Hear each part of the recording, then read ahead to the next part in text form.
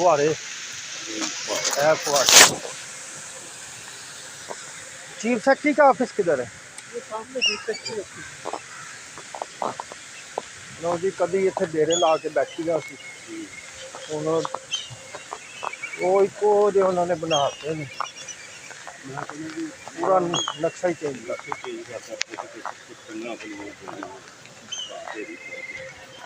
ਇਹ ਸਾਹਮਣੇ ਅਨਾਰਕਲੀ ਦਾ ਮਕਬਰਾ ਬਣਾ ਦਿੱਤਾ ਇਹਨਾਂ ਨੇ।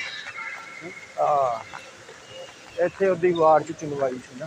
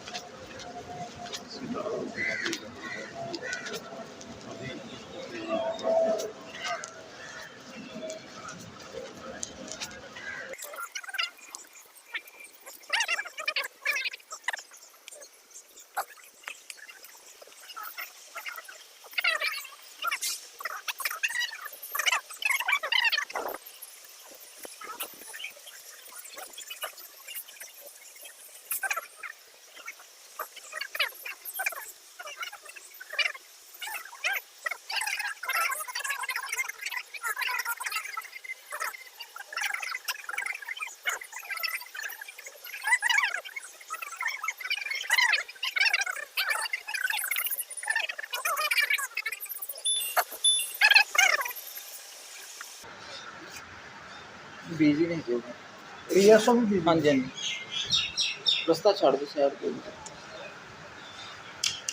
ਉਹ ਕਹਿੰਦੇ ਨੇ ਸਾਈਡ ਤੇ ਹੋ ਜਾਓ। रास्ता छाड़ दिया बैठने की जगह पे ਉਹ ਬੈਠੇ ਨੇ ਪੁਲਿਸ ਅਫਸਰਾਨ ਅੱਛਾ ਬੈਠੇ ਜੀ। ਉਹਨਾਂ ਨੇ ਤੇ ਨਹੀਂ ਨਾ ਕੋਈ ਦਾ ਦੇ ਦਿੱਤਾ।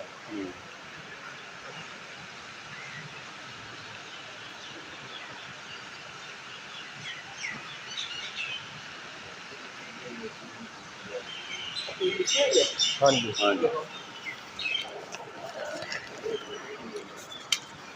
अल्लाह